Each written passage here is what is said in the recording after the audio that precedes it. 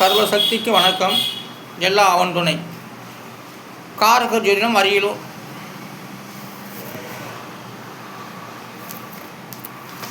இந்த எண்கணிதம் ஏற்றிருக்கிறார்னா வார்த்தை அடிப்படையிலே சொல்லி கொண்டு வருகின்றேன். ஜாதக பலங்கிறது ஒவ்வொரு சாணத்தும் ஒவ்வொரு வார்த்தைகள் தான். ஒவ்வொரு சாணத்தும் எண்ணற்ற வார்த்தைகள் இருந்து தான் மனிதனுக்கு கிரகங்கள் வழிகாட்டி கொண்டு வருகிறது. இதான் ஜாதக பலன். அதனால் 12 சாணத்துக்கும் 12 லக்கணங்கிறது தான் 12 சாணம். 12 சாணங்கிறது தான் 12 ராசிகள். அந்த 12 சாணத்துக்கும் 27 நட்சத்திரங்கள், 9 கிரகத்துக்கும் 27 நட்சத்திரங்கள். ஆனால் ஜாதக பலன் இந்த 20 நட்சத்திரம் 9 கிரகத்தை வச்சு தான் எல்லாமே நடந்து கொண்டு வருது. அந்த 9 கிரகமும் 20 நட்சத்திரமும் 12 ராசிகளும் மனிதனுடைய வார்த்தையில் ஒவ்வொன்றும் நினைக்கிறதும் பேசுகிறதும் கேட்கறதும் அனைத்தையுமே கிரகங்கள் நம்ம படம் முடிக்கிறது போல் வீடியோக்கள் போல் அது கேட்டுக்கிட்டு தான் இருக்கும். அவங்கவுங்களுக்கு என்ன தேவையோ அவங்கவுங்க நேர காலங்கள் காலகரங்கள் வரும்போது காலயோகங்கள் வரும்போது அவங்களுக்கு கிரகங்கள் படியெழுக்கப்பட்டு வருகிறது. அதான் வார்த்தை அடிப்படை ஜாதக பலன். பதவிக்கு 3 எழுத்து. அந்த 3 எழுத்துக்கு உரிய எண்ணிக்கை தான் 9, 7, 6. இதெல்லாம் கூட்டாக 22. அதை 9 நவக்கிரகத்தால் கழிச்சிட்டாக மீதி 4. அதான் பதவியோட விதியின் 4. பதவிக்கு 3 எழுத்து. அதற்குரிய எண்ணிக்கை தான் 9, 7, 6. இதெல்லாம் கூட்டாக 22. அதோடைய விதி என்பது 4. அப்போ பதவியோட விதியின் 4. அடுத்ததாக தத்துவத்துக்கு 5 எழுத்து. அந்த 5 எழுத்துக்கு உரிய எண்ணிக்கைதான் 9, 7, 4, 9, 5, 7. இதெல்லாம் கூட்டினாக்க 32. அதை நவக்கிரகத்தால் கழிச்சிட்டாக்க மீதி 5. தத்துவம்லாம் 5ஆம் இடத்து பலனாக வருகிறது. அப்போ 5ஆம் இடத்துல தான் தத்துவம், விதி, மதி, புத்தி எல்லாமே இருக்குது. அந்த இடத்துல தான் தத்துவம் போய் சேர்ந்து மனிதனையும் தத்துவமாக்க வேண்டும் என்ற ஒரு அடிப்படையிலே தத்துவம் என்ற வார்த்தை 5ஆம் இடத்தில் வருகிறது. மனிதனை தத்துவமாக ஆக்கிறதுக்கு தான் 5ஆம் இடத்துல போய் வந்துருக்கு தத்துவம் என்ற ஒரு வார்த்தை. அந்த தத்துவத்தில் மனிதனை போய் கற்றுக்கொண்டு தான் அந்த தத்துவம் என்ற வார்த்தை மனிதனுக்கு உற்சாகப்படுத்தி தத்துவமாக பேசணும், உண்மைகளை பேசணும் அப்படிலாம் அந்த 5ஆம் இடம் தான் சொல்லித் தருது. அதான் தத்துவம்னா அடிச்சுக்கிட்டு வர்றது இல்லை. ஒரு தத்துவமாக பேசக்கூடிய வார்த்தையில் மெய் உண்மைகள் இருக்க வேண்டும். அதுதான் தத்துவம். பொய் சொல்கிறதெல்லாம் தத்துவம் கிடையாது. நீங்கள் உலகத்தில் நடக்கிறதே எல்லாமே பொய் தான். ஆனால் தத்துவம் என்ற வார்த்தை 5ஆம் இடத்து பலன். தலைமைக்கு 3 எழுத்து. அதற்குரிய எண்ணிக்கை 7, 8, 5. அதை கூட்டினாக 20. அதை நவக்கிரகத்துக்கு பங்கிட்டால் அது மீதி 2. நவக்கிரகத்தால் கழிச்சிட்டாக்கா மீதி 2. அப்போ தலைமையோட விதியின் 2.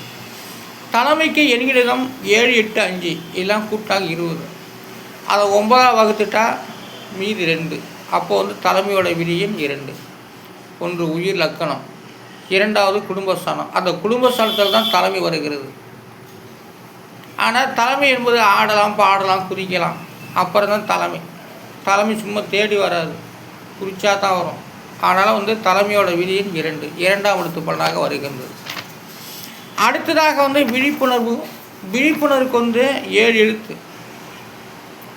விழிப்புணர்வுக்கு 7 எழுத்து வருகிறது. அதோடைய விதியின்னும் 7 தான், அதோடைய எழுத்தும் 7 தான். ஆனால் அதற்குரிய எண்கிடம் பார்ப்போம். விழிப்புணர்வுக்கு எண்கிடம் 6, 7, 6, 2, 6, 9, 7. இதெல்லாம் கூட்டாக 43. அதை நவக்கிரகத்தால் கழிச்சிட்டாக்க மீதி 7. இதுதான் விழிப்புணர்வுடைய விதியின் 7. விழிப்புணர்வுன்னா முடங்கி போனதை எழுப்புறதுக்கு பேர் தான் விழிப்புணர்வு. ஒரு உற்சாகப்படுத்துவது விழிப்புணர்வு. காரசாரமாக கொண்டு சேர்க்கறது அது ஒரு விழிப்புணர்வு. செயல்படுத்தணுங்கிறது அதெல்லாம் ஒரு விழிப்புணர்வு. ஆனால் விழிப்புணர்வுடைய விதியின் 7. 7ஆம் இடத்துல தான் திருமண ஸ்தானம், பொண்டாட்டி மனைவி ஸ்தானத்தில் தான் அந்த விழிப்புணர்வு இருக்குது. புருஷன் பொண்டாட்டிக்குள்ள அமைதியாக இருந்துட்டா அது கிடையாது. அந்த வார்த்தை பிரதிபலம் கிடையாது. கணவன் மனைவிக்குள்ளே நல்லா உற்சாகமாக விழிப்புணர்வாக எல்லாத்தையும் கலந்து பேசி முடிவெடுக்கணும். அதுதான் விழிப்புணர்வு.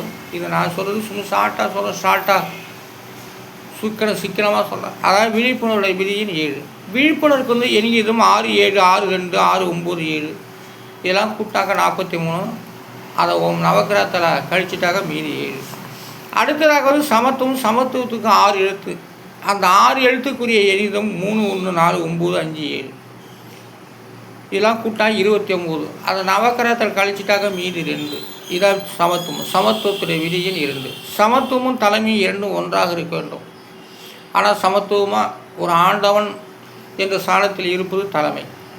அந்த தலைமை என்பது சமத்துவமாக இருக்க வேண்டும். துரோகம் செய்யக்கூடாது அப்படிங்கிறதா சமத்துவம் விதியின் 2. தலைமையோட விதியின் 2. சமத்துவத்துக்கு விதியின் 2. சமத்துவத்துக்கு எண்களிடம் 3, 1, 4, 9, 5, 7 இதுதான். அதை கூட்டா 29. அது நவகிரகத்தை கழிச்சிட்டாக மீதி 2. அடுத்ததாக பண்புக்கு 3 எழுத்து. அந்த 3 எழுத்துக்குரிய எண்ணிடம் 9, 3, 2 இதெல்லாம் கூட்டாக 14. அதை நவக்கிரகத்தை கழிச்சிட்டாக மீதி 5. பாருங்கள், பண்பு என்ற ஒரு வார்த்தை 5ஆம் இடத்து பலனி வருகிறது. தத்துவம் எல்லாம் 5ஆம் இடம். இப்போ 5ஆம் இடம் என்பது பண்புகளை கற்றுத்தருது, பண்பாக பேசக்கூடியது. அதெல்லாம் பண்பு. அதெல்லாம் பண்பு 5ஆம் இடம். அதனால் வந்து பண்போட விதியின் 2. இது 5. ஆனால் பண்புக்கு 3 எழுத்து. அதற்குரிய எண்ணில் 9, 3, 2 இதெல்லாம் கூட்டாக 14. அதோடைய விதி என்பது 5. ஆனால் பண்பு அதுக்குரிய விதியின் 5ஆம் இடம். 5ஆம் இடம் தான் பண்பாக நடக்கிறது. மரியாதைக்குரிய வார்த்தைகளை பேசக்கூடியது. பண்பு என்பது உண்மை. பண்பு என்பது பொய் இல்லை. ஆனால் பண்பு என்பது உண்மையாக, நேர்மையாக, பொய்களை அகற்றி பேசக்கூடியதான் பண்பு. நல்ல ஒழுக்கமாக, நல்ல உச்சட்டமாக. ஆனால் பண்போட விதிங்கிறது 5. ஆனால் ஜாதகம் என்பது வார்த்தை அடிப்படையில் தான் நடந்து கொண்டு இருக்கிறது. தமிழுக்கு 240 எழுத்து. அந்த 247 எழுத்துக்கும் தனித்தனி எண்ணிக்கை கொடுக்கப்பட்டு அவைகளை நான் வார்த்தை அடிப்படையில் சொல்லி கொண்டு வருகின்றேன். அதனால் வந்து காரக ஜோதிடம், அரியலூர் திருஞான சம்பந்த ஜோதிடர். நன்றி, வணக்கம்.